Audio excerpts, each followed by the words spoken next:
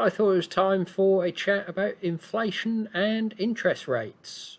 The Fed did their rate rise 0.75%, and they also issued their dot plot, which is sort of the predictions of all the FOMC members of where they think interest rates are going to be for sort of the next few years. So each dot on here is an FOMC member, and this sort of gives you the average of what they're all thinking, basically.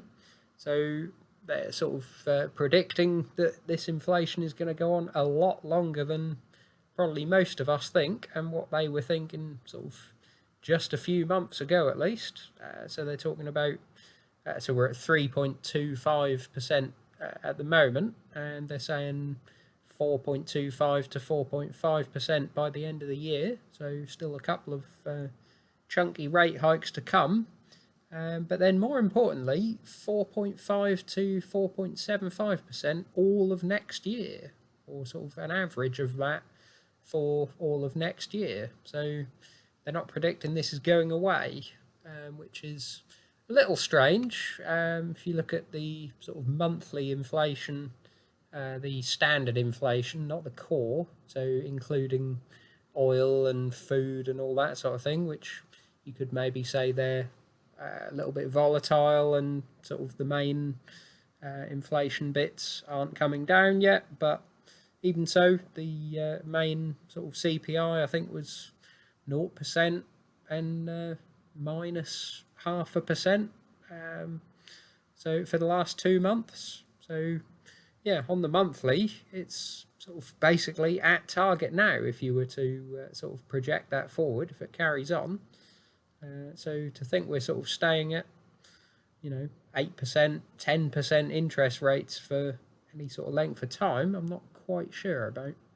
Admittedly, the core inflation, which they like to use, excluding oil and energy, is still at sort of 6% or so, and I think even the monthly was at sort of 0.5%. So yeah, they're still looking at sort of 6% inflation potentially, but yeah, we're talking about sort of all of next year, and then they're even projecting, it gets a little bit more spaced out. You can see the dots are sort of moving 2% apart actually from the sort of bottom to top members, but sort of an average of nearly 4% in 2024 seems a little bit long to me, and then sort of coming down to about 3% average in 2025 before sort of finally coming down to their sort of long-term target of 2% in the longer run, as they call it. So 2026 onwards, I just really don't see this sort of lasting quite that long, to be honest. Potentially not even 4.5% next year, but we'll see. I think it's worth going back to some of their previous sort of predictions. So they do sort of turn on their heels quite quickly when new data comes out. This was March 2021. Admittedly not Jay Powell, but one of the sort of senior FOMC members, and they were saying sort of just a year and a half ago that they wouldn't expect to raise rates at all until 2024.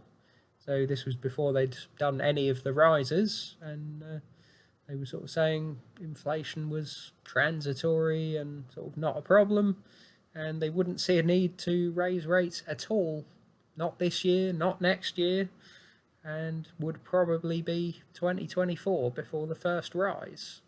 So just interesting to sort of see how accurate it is, how easy it is to predict this far in advance, basically into the future. Could see sort of some data come out, and by the time we sort of even get into 2023, they could turn on the heels again, and these sort of dot plots go out the window. So just having a look at previous dot plots. So this was their 2021 mid-June meeting, and they were sort of saying for the remainder of 2021 that rates would stay at 0.25%. So they're now at 3.25%, they were saying all of that year. And all of 2022, they were projecting to be sort of 0.5%, basically. So, again, we're now looking to go up to sort of 4.5%, and sort of a year and a half ago, they were projecting this to be 0.5%. So, 4% lower. And all of next year to still be sort of basically under 1% still. And then longer term back up to sort of 2% or so, with a expected 2% inflation. So yeah, this was a year and a half ago, and it's completely changed from then. Then this was a few meetings later, so this was the end of 2021, December the 15th, and they were still projecting 2021, the rest of the year. Obviously, that is that meeting, so that was fairly accurate, but they were projecting all of 2022 on average to be under 1% still, and 2023 to be sort of 1.5%. So again, 1.5% then, not even a year ago, to 4.6% now. And 2024 sort of up to, yeah, as they say, the longer term, sort of up to about 2% or so, with an expected 2% inflation, 2.5% inflation maybe. And this was 9 months ago, basically. So again, a huge amount has changed since then. And this one was March of this year. So 6 months ago, pretty much 6 months ago today. And again, they were sort of projecting all of this year at sort of an average of 2%, and all of next year at sort of between 2.5% and 3%. So now talking about 4.25 for this year, that is, and sort of 4.5% for next year, where they were saying 2.75%, say, just 6 months ago. And again, 2024 is a little bit spread out between sort of 2% and 3.5%. So this one was only 6 months ago. I really think, we need to sort of take their previous record into account. So looking at the history of the Fed funds rate, so this is sort of this year, the rises this year. We've now gone one further than that. We'll be sort of up here somewhere, 3.25%. So we've gone higher than they got to in 2019 before they had to start dropping. Worth remembering, of course, that they were dropping before the pandemic, so it wasn't the cause. They just started to break the financial system, basically. There were some strange things going on, sort of repo rates and all sorts, basically starting to break the system. But obviously, if you look back to the sort of great financial crisis, the 2008 recession, they sort of got to 5% or so rates and then had to sharply drop. And if you look at the all-time, back to sort of the 80s, really, when this sort of long-term rate decline started, you can basically sort of see there the high sort of 15 to 20% rates that they had to go through with the very high inflation from the 70s. But then basically sort of coming down to a new low, and then sort of trying to raise rates but not getting as high as the previous high, and then sort of having another recession and sort of having another go at it, not getting quite as high, another recession, down again, then up to the great financial crisis, another recession, down again, and then up to sort of 2019, not quite as high as the Great Recession, and then down again, as I say, sort of breaking the market, and then the pandemic sort of forced them to drop it lower. So admittedly, we have now got above the previous high, but I wouldn't see this as too long before something starts breaking again. They're talking about sort of getting up to almost the 2007 sort of rates, almost, sort of 4.5% they're saying, and yeah, we were at sort of 5.25% back then. So I would see something breaking before then. The debt is a hell of a lot higher since back then. Sort of US at $31 trillion now. So if you start jacking up rates to this sort of level, you're going to have a problem. You can see this quite clearly in the UK figures. So this is straight from the Office of National Statistics for the UK. We're looking to do a similar amount of rate rises, basically. And yeah, they're showing interest payments in June of this year was £19.4 billion. So this was back in June before we'd done a few of our rate rises. So presumably July, August and September will be a hell of a lot higher than this. And we're talking about sort of raising rates a lot further. And then you come down to central government receipts of 70.5 billion.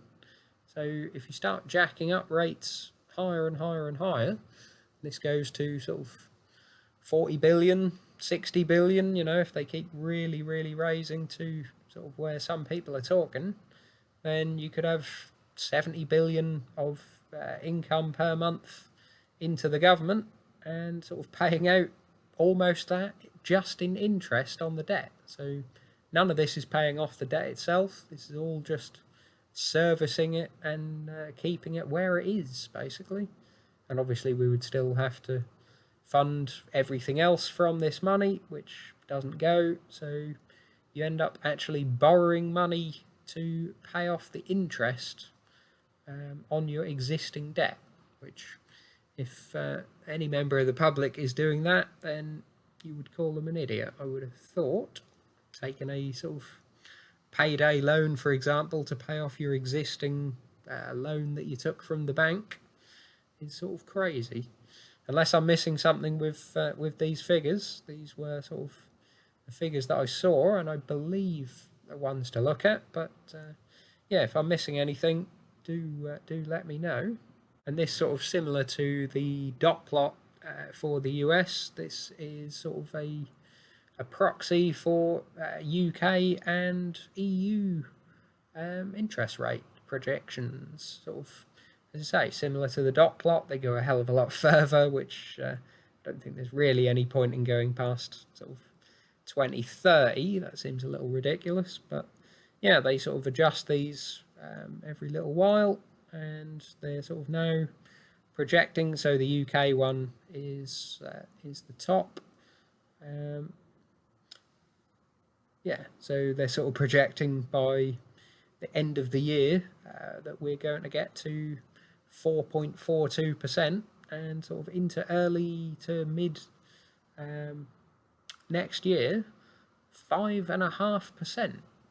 Not sure if this would be sort of exactly tied with UK base rate, but we're at sort of 2.25%, I believe, now, and this is at sort of 2.88, so maybe a little higher than base rate, but yeah, anywhere near sort of 5% or so, even 4%, you're talking about a great deal more interest payments to be paying.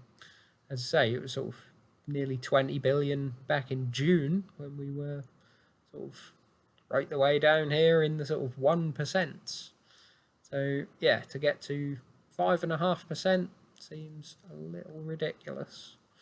And then yeah, the sort of various Euribor ones, sort of obviously they're starting from a much lower base and sort of not projecting to get quite as far as the US or the UK, sort of 3.25% to 3.5%. So yeah, not quite as much as them. And then sort of both the UK and US are both projecting a decline in sort of late 2024. So this would potentially be a cutting rate scenario once sort of inflation has been dealt with, but not until sort of, well, 2 years basically. They're projecting this to sort of go on for another 2 years. So yeah, I just thought it was worth a quick look, and just sort of looking at past history. Really, you sort of hear these projections and hear sort of what they're saying we're going to have to go to long term, but yeah, you just look at sort of what they've been previously saying and how quickly they can sort of chop and change their minds from one meeting to the next. Would expect if something does start to go wrong that this can go very quickly the other way, and we start getting dot plots with expected cuts in. So yeah, I kind of sort of call a little bit bullshit on these dot plots, to be honest. So we'll see where they go. I might be wrong, but if we're at sort of 4.5% or so all of next year, I'll be very much surprised. So I'm kind of betting against that. Contrarian, don't fight the Fed and all that, I know, but we'll see where we go. So leave your thoughts in the comments below, and like and subscribe. See you soon.